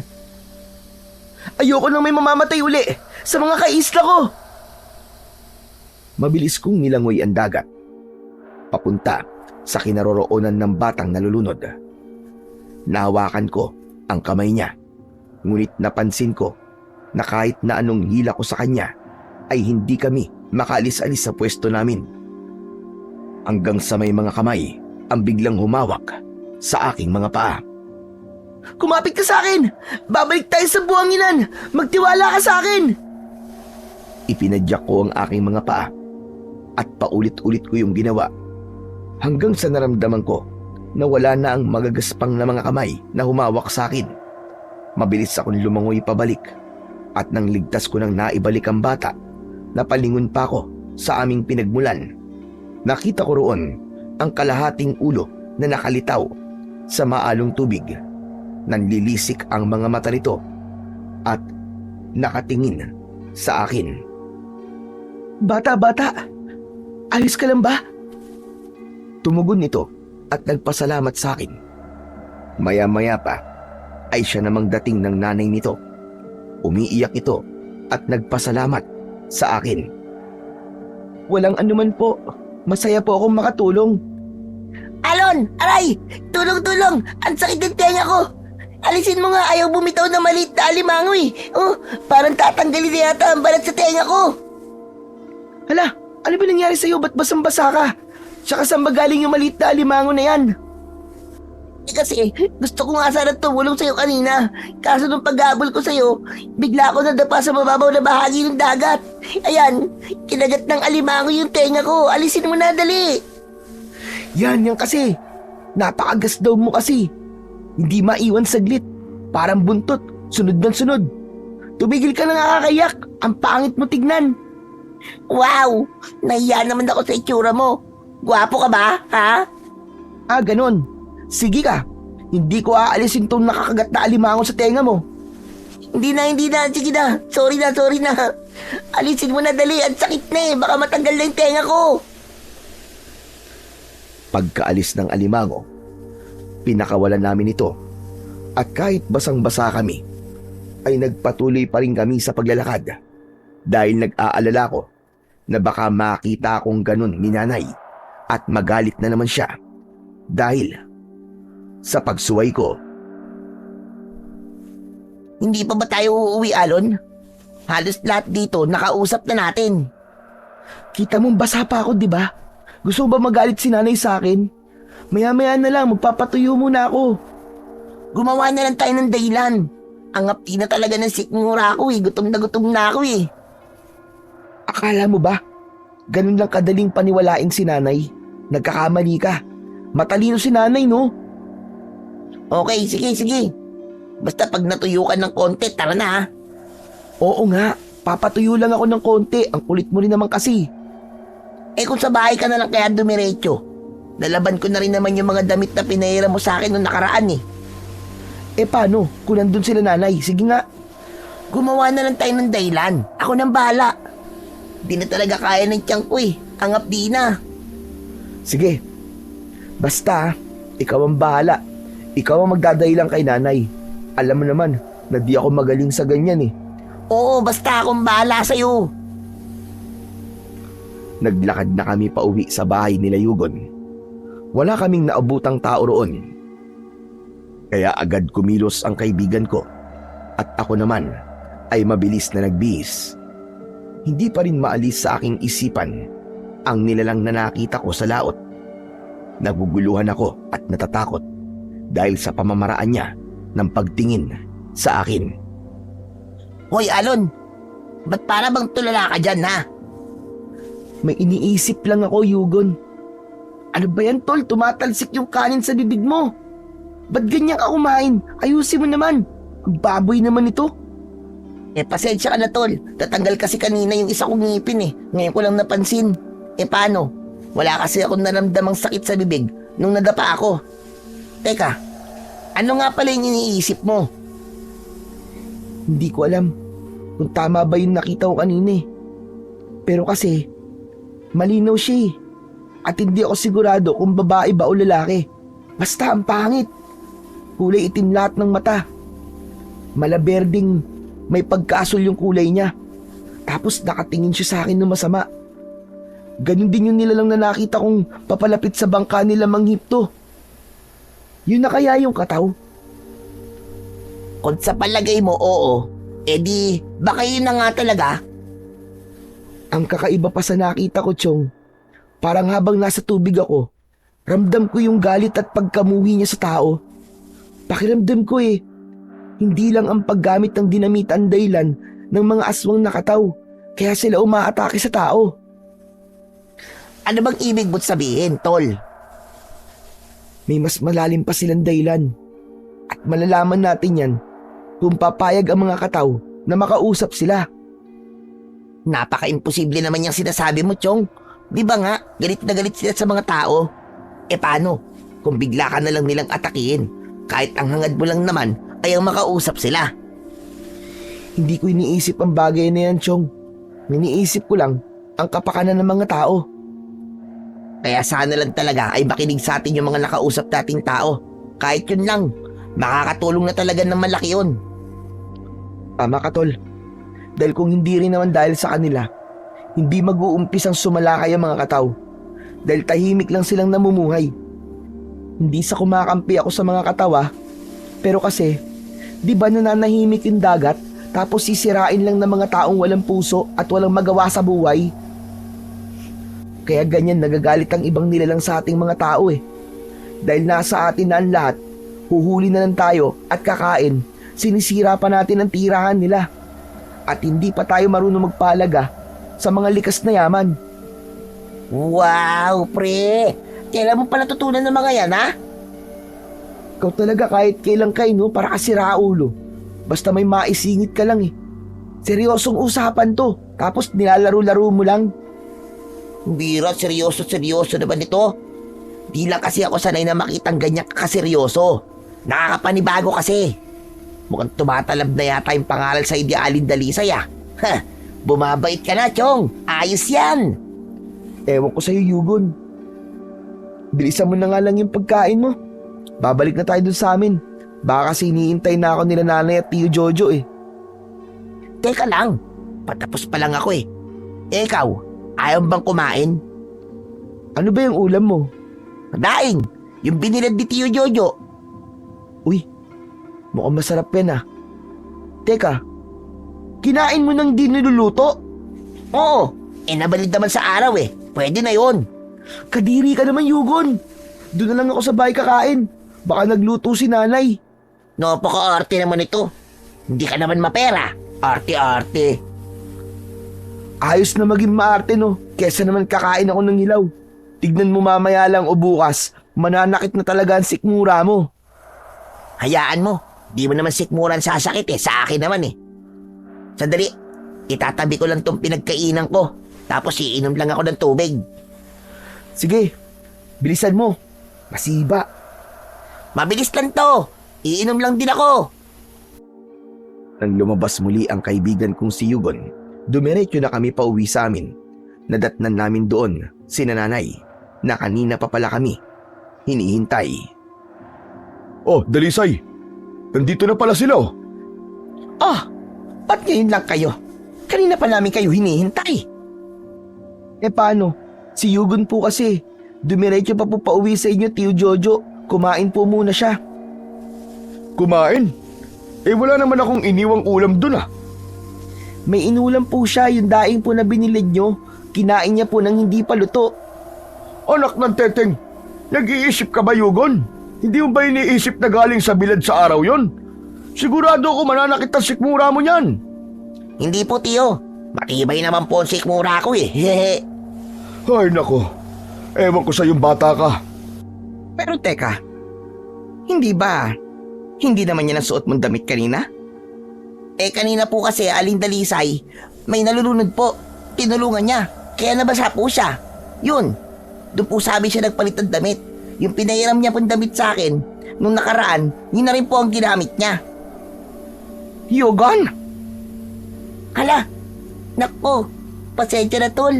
Nadulas ako, sorry. Ganun ba? Teka, Nay. Hindi po kayo galit? Hindi anak.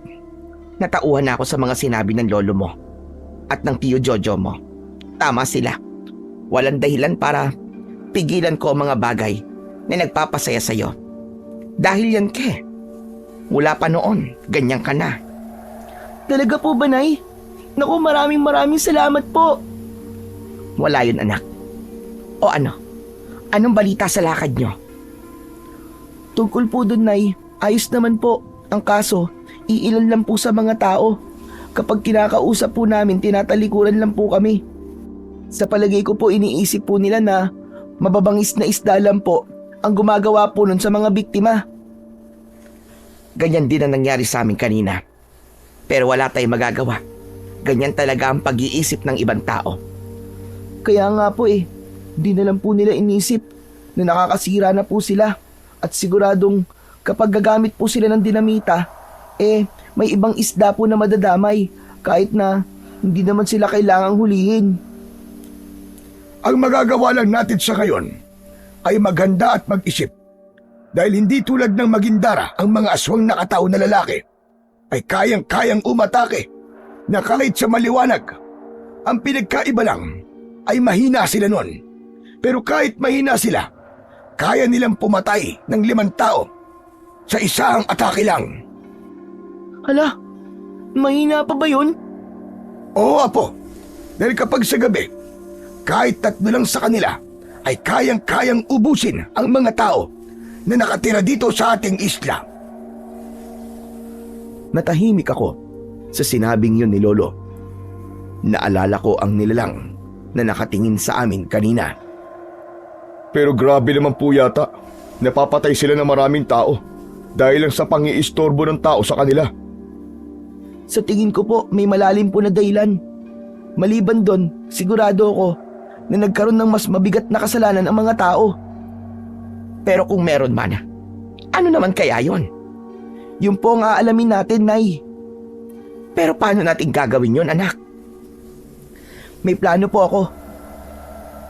Bago pa lumubog ang araw, ay sinabi ko na kina nanay at Tio Jojo at Lolo ang plano ko.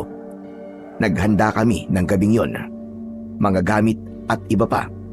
Kung sakali man na hindi makikipagkasundo ang mga nilalang ng tubig, maliban dun ay gumawa ako ng sarili kong sibat.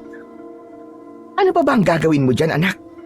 Eh may mga itak naman na dinala ang Tiyo Jojo mo. Wala lang po, Nay. Ayos ka lang ba, anak? Hindi ko po alam, Nay. Bakit nakakaramdam po ako ng galit sa mga aswang ng tubig? At ganun na rin po sa mga tao. Gusto mo ba na ibahagi sa akin ang nararamdaman mo? Kasi po, Nay, bilang isang nilalang na nilikha, dapat pahalagahan po nila kung ano ang meron sila ngayon. Pero anong ginagawa po nila? Sinisira po nila. Dahilan kung bakit nagkaroon po ng galit sa atin yung mga aswang na nananahimik. Anak, huwag mo nang masyado pang isipin yan. Lahat ng problema ay may solusyon. Darating ang araw na mapagtatanto rin nila ang kanilang mga maling nagawa.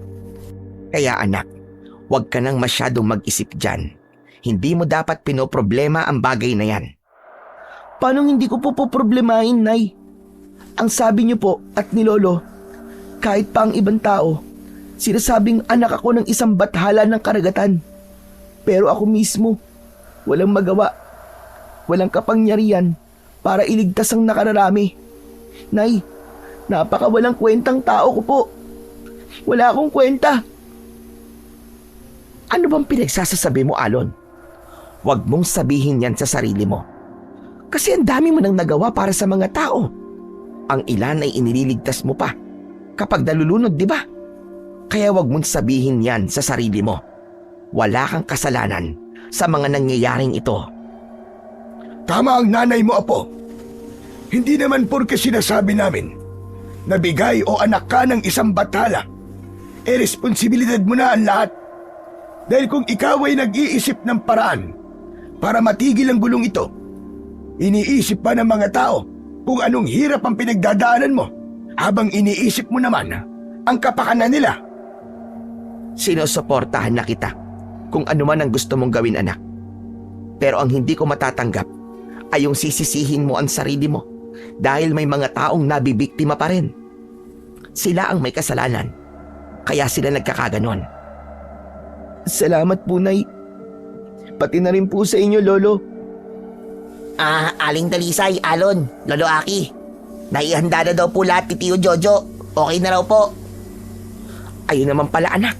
O ano? Tara na ba? Opo, Nay. Tara na po. Sa ilalim ng bilog na buwan, nag-umpisa na kaming maglakad. Wala kaming balak na saktan ang mga katao. Ang tanging gusto lamang namin ay makipagsundo at humingi ng tawad dahil sa mga nagawa ng mga taong gumagamit ng dinamita sa pangingisda. Tiyo, mauuna na po akong umuwi Inaantok na po ako Tapos ang sakit pa po ng tiyan ko. Yan. Sabi ko na nga, be. Katakawan mo kasi. Pati hilaw na daing, kinain mo. Aray ko. Hindi ko na talaga kaya. Uuwi na ako, Tiyo. Matibay pala ha. Sige. Kung hindi ka na babalik, isara mo ng maayos yung bahay, pati ang mga bintana ha. Opo. Naku, babay na. Lalabas na talaga, nakadungaw na. Nakakapagtaka. Inabot na tayo ng kalagitnaan ng gabi. Pero hanggang ngayon, hindi pa rin lumilitaw ang mga aswang nakatao. Magtiyaga lang po muna tayo, Tiyo. Baka mamaya lilitaw din sila. Tinignan ko lamang sila dahil sa kanilang mga sinasabi. Tumayo ako at lumapit sa tubig. Nang dumampi sa balat ko ang tubig ng dagat, kakaibang bigat na enerhiya ang naramdaman ko. Sabay pa nun, naalala ko din kung ano ang nangyari sa akin nung nakaraang gabi. Pumikit ako dahil sa sakit na nararamdaman ko sa bawat parte ng aking ulo. Napansin yon nila nanay. Kaya naman, nilapitan nila ako. Anak ko, ano nangyayari sa'yo? Anak, ayos ka lang ba? Nay, ang sakit po, Nay. Ang sakit. Diyos ko, iuwi mo na kami, Jojo. Tiyo, umuwi na po muna tayo. Teka, sandali lamang, Dalisay. Tignan mo ang dagat. Diyos ko, lumalakas ang hampas ng alon. Hindi maaari ito. Isang babala ito. Bilisan nyo! Tumakbo na tayo! Ngunit bago pa man kami nakatakbo ng malayo, may mga nilalang ang humabol sa amin. Kitang-kita ko ang itsura ng mga nilalang na yon. Kakaiba sila kung ikukumpara sa isang syokoy. Ngunit habang hinahabol nila kami, dahan-dahang nawala ang sakit ng ulo ko. Huwag nyo na kami pahirapan. Ibigay nyo na lamang ang mga sarili nyo sa amin para unti-unting matapos ang gulong sinimulan ninyong mga tao.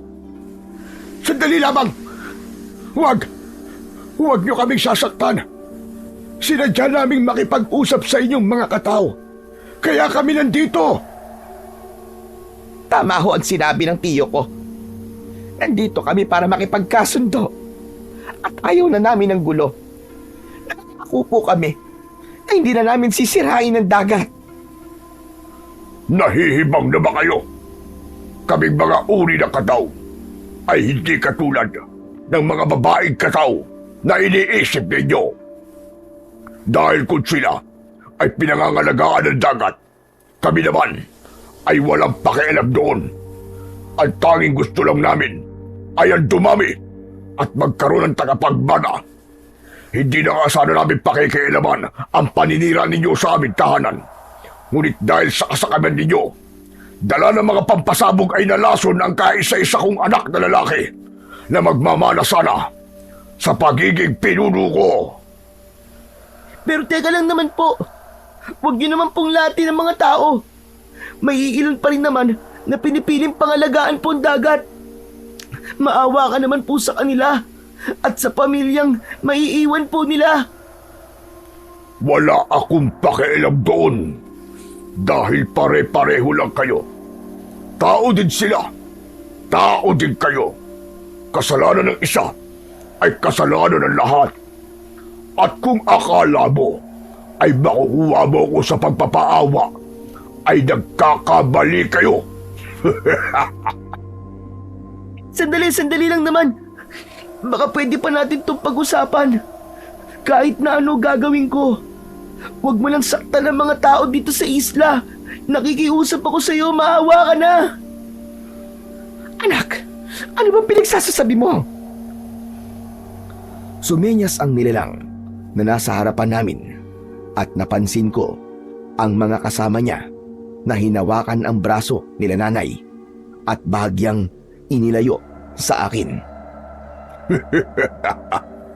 Kung ganun, ikaw pala ang nasa propesiya. Ikaw pala ang batang may dugo ng bathalang si Magwayan. Kinagagalak kitang makilala. Batang bathala. Anong gagawin mo sa anak ko? Layuan mo siya, halimaw ka! Huwag mong pakialaman ang anak ko! Marahimik kang babae ka. Hindi kita kinakausap at hindi kita kailangan. Ikaw, bata, kung gusto mo mailigtas ang ibang tao dito sa isla ninyo, ialay mo sa amin ang dugo mo at nangangako kaming hindi naguguluhin kailanpaman ang mga tao rito sa islang ito. Alon, huwag kang makinig sa kanya. Maawa ka sa nanay mo. Kapag ginawa mo yan, siguradong hindi niya kakayanin. Baka kung mapano rin siya. Hindi ako nakapagsalita sa mga sinabi nilang yon. Nagdadalawang isip ako kung susundin ko ba ang sinabi ng aswang na kataw na nasa aking harapan. Apo, mag-isip ka mabuti. Mapanlin lang ang mga kataw. Makinig ka sa akin. Kahit noon pa sa mga kwentong bayan, kailanman ay hindi marunong tumupad sa isang salita ang mga kataw. Sa aking kamakinig, apo, nasisiguro ko dahil gusto niyang makuha ang dugo mo, ay gagamitin niya lamang yon para mas lumakas siya. At kahit makuha niya pa ang gusto niya sa'yo, alam kong papatayin niya pa rin ang lahat ng tao sa islang ito. Maniwala ka sa akin, apo. Sige, makinig ka sa kanila, bata. Ngunit sa oras na piliin mong makinig sa kanila, sisiguraduhin ko sa'yo na maghahalo ang dugo sa tubig ng dagat. Bibigyan kita ng pagkakataon para makapag-isip-isip. Ngunit bawat minuto, katumbas dun, ay isa sa pamilya mo ang pahihirapan ko. Kaya ngayon pa lamang, mag-isip ka na. Hindi ko alam ang gagawin ko ng mga oras na yon. Natulala ako at natakot. Umalis sa harap ko ang pinunong aswang nakataw. Natauhan ako nang marinig ko ang sigaw ni nanay. Sandali lang, anak. Pakiusap. Tigilan mo na yan. Huwag, anak ko. Naghihintay ako sa sagot mo, bata. Ano? Ang bagal mo naman mag-isip. Sige, sumagot ka na. Ngayon na! Ngunit dahil sa takot, hindi pa rin ako makapagsalita. Kaya naman, kinuha nila si Tio Jojo at binugbog ng gusto. Napuno ito ng galos at sugat sa katawan, habang ang pulang likido naman ay lumalabas galing sa kanyang bibig. Papatay ko ang lalaking ito, bata. Kapag hindi ka pa rin nagdesisyon. Sige na! Ano ang desisyon mo? Alon, hayaan mo na lamang ako. Masaya ako na gagawin ito para sa inyo ng nanay mo. Huwag kang papayag sa gusto niyang mangyari. Labanan mo siya, Alon. Alam ko na kaya-kaya mo siyang talunin. Huwag mo sayangin ang buhay mo para lamang palakasin sila. Malaki ang tiwala ko sa'yo na magtatagumpay ka.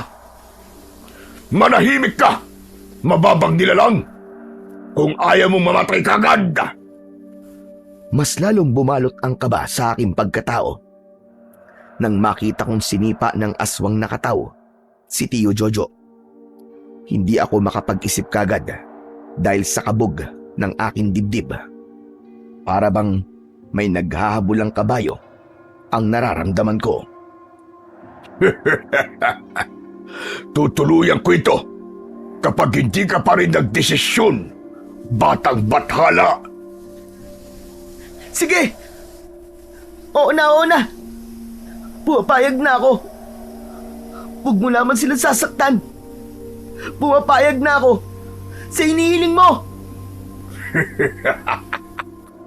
Yan! Yan ang gusto ko, batang bathala.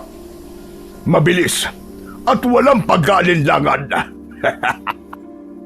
Bitiwan niyo na sila at dalhin ang batang ito. Magkukusa na sana ako na sumama at sa pag-aalay sa kanila ng aking dugo. Ngunit hinabol kami ni nanay. Hinawakan niya ako sa kamay habang siya ay walang tigil na umiiyak. Sandali lamang, anak. Huwag pakiusap.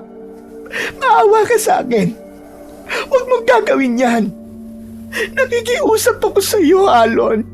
Huwag mo akong iiwan. Umalis ka, babae! Huwag mong abalahin ang aming pag-alis. Kung susubukan mo pa kami guluhin, papatayin kita! Nagulat ako nang isang malakas na sipa ang pinakawalan ng aswang kay nanay. Hindi ko naman maintindihan ang sarili ko at bigla na lamang bumalot sa akin ang labis na puot at galit. Kasabay nun, nararamdaman ko ang paglakas palalo ng hampas ng alon sa dagat at malalakas na hangin. Ibibigay ko na mga kagustuhan nyo. Pero nagawa nyo pa rin saktan ng nanay ko. Sino nagbigay sa'yo ng pahintulot? Nasaktan siya! Hindi ko alam kung saan nanggagaling ang lakas ko ng mga panahong yon. Ngunit walang pag-aalintana kung hinawakan ang leeg ng aswang na nasa harapan ko. Pagdating sa mga demonyong katulad nyo na nananakit sa nanay ko, ay wala din akong pinipiling kalabanin. Ito ang nararapat sa'yo! Mabilis at walang kahirap-hirap kong inihagis ang pinuno ng mga aswang nakatao. Ngunit madami ang umatake sa akin na kanyang mga kasama. Hindi ako nahirapang patumbayin silang lahat. Lahat sila ay naiiwang nakahandusay sa lupa at wala ng buhay habang bumubula pa ang mga bibig. Hindi ko na makontrol ang sarili ko ng mga oras na yon. Para akong wala na sa aking sarili at may iba na akong pagkatao. Wala sa plano namin ang saktang kayo mga kataw. Dahil ang tanging gusto lang namin ay maging payapa ang isla. Ngunit hindi ka pala nakukuha sa pakikipag-usap. Sinaktan mo si Tio Jojo at hindi ka pa natuwa. Pati si nanay na walang kinalaman sa mga kahayupan nyo. Sinaktan mo rin! Hindi ako natatakot sa'yo, batang bathala. Dahil para alam mo, hindi ako magiging pinuno ng mga katao kung magpapatalo lang ako sa isang batang katulad mo! Kung ganun tumayo ka riyan at labanan mo ko. Tulad ng aking sinabi, tumayo ang aswang. At akala ko ng mga panahon na yon ay yun na ang kanyang tunay na anyo. Ngunit nagbago ito. Lumaki pa siya ng gusto. Nawala ang mahahaba niyang puting buhok. Ang mukha niya ay nagkaroon ng mga biyak na maliliit. Habang ang mga mata naman ito, na dati ay kulay itim, ay naging kulay pula. Humaba ang kanyang mga kuko at naging singtulis ng patalim. Habang ang mga ngipin niya ay nagmistulang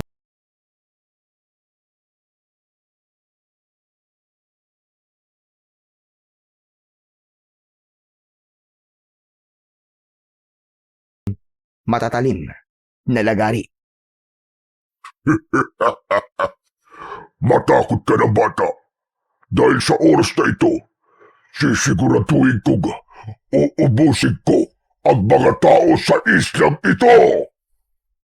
Mabilis na umatake ang aswang at nagpakawala kagad ito ng malakas na suntok at kalmot. Ngunit kahit na anong depensa ang gawin ko, ay natatamaan pa rin ako nito hanggang sa nasira na niya ang suot kong damit. Lumaban ka batang bathala. Ilabas mo ang tapag mo. Hindi ba't nagmamalaki ka pa kanina? Ngunit parang wala ka naman palang binatbat sa akin. Isang mahinang nilalang. Itinuloy niya ang mabibilis niyang mga galaw hanggang sa tinamaan ako sa dibdib ng kanyang malakas na suntok. Dahilan kung bakit ako tumilapon. Ngunit yun ng bagay na pagkakamali niya dahil napalapit ako sa maliit na sibat na aking ginawa. Ano na, batang bathala? Hindi mo na ba kaya tumayo? Ngayon kung hindi na, malaya ko ng malalapa ang mga taong malalapit sa'yo. Nang makita kong hinawakan niya sa leeg si Lolo Aki, mabilis akong gumalaw. Hinawakan ko ng mabuti ang sibat at mataas na tumalon. Isinaksak ko ang talim ng aking sibat sa gitna ng kanyang ulo at bumaon yun at lumabas sa kanyang baba. Kung akala mo, hahayaan kong saktan mo ang pamilya ko, nagkakamali ka! Bumalik ka na sa lugar kung saan ka nararapat! Tumalon akong muli at hinugot ang aking sibat at itinusok yon direkta sa kanyang dibdib at pinagdiinan ko pa para mas lalo yung bumaon sa kanyang puso. Maya-maya lang ay tuluyan ng namatay ang pinuno ng mga aswang nakataw. Nang matapos ang gabing yon at nagdaan pa ang ilang gabi na nahimik na ang isla, pinatupad na rin ni Kapitan na kung sino man ang mahuling gumagamit ng dinamita ay ipakukulong niya o di kaya naman ay papaalisin na ng tuluyan sa islang yon. Ano ba yun? Ang baho ah! Kumakain eh! Sino bang umutot sa inyo? Aba, hindi ako ha. Malayo ako sa inyo. Kita nyo? Nakahiga pa rin ako dito. Malabo namang ako ang umutot. Hindi ganyan ang amoy ng utot ko. Teka. Mukhang alam ko na kung sino. Hoy anak, huwag mo akong sisisihin ha. Sinusubuan ko ang Tiyo Jojo mo dahil hindi pa niya kayang kumilos. Nay, wala naman po akong binabanggit eh. Ayun po, Nay, oh. Yung mataba doon, oh, na nananahimik. Hehe, sensya na po ah. Hindi pa rin kasi gumagaling ang sikmura ko mula nung kumain ako ng hilaw na daing eh. Sandali lang ah, pupunta lang muna ako ng banyo. May sumamay hata sa utot ko. Aray ko po ah. Yak! Kadiri ka naman, Yugon! Kumakain ng mga tao dito, yung bastos mo talaga. Ang mga bata talagang ito, oo. Lumipas ang buwan at taon. Hindi na po muling ginulo ang aming isla ng mga nilalang ng dilim o aswang ng dagat. Dahil naging mabuti na po ang mga tao sa dagat. Nanguna rin po ako sa pagpapanatili at pangangalaga sa likas na yaman ng ating mundo. Gusto ko pong iparating sa mga tao na pangalagaan po natin ang ating likas na yaman, mapadagat, ilog, sapa, o kahit sa lupa man, o sa mga kabundukan, tulad na lamang ng mga puno. Pangalagaan po natin ang ibinigay sa ating permanenteng yaman ng ating Panginoon dahil magiging sandalan natin ito sa panahon ng ating kahirapan. Hindi man tayo parusahan ng mga bathala, Diyosa o tagapangalaga nito, ay bigyan natin sila ng respeto. Kahit hindi sinasabi sa atin, ay dapat nating gawin ito ng may pusa at bukal sa ating mga puso. Dito na po nagtatapos ang aking kwento. Sana po ay may napulot po kayong magandang aral. Maraming salamat po sa inyong pakikinig.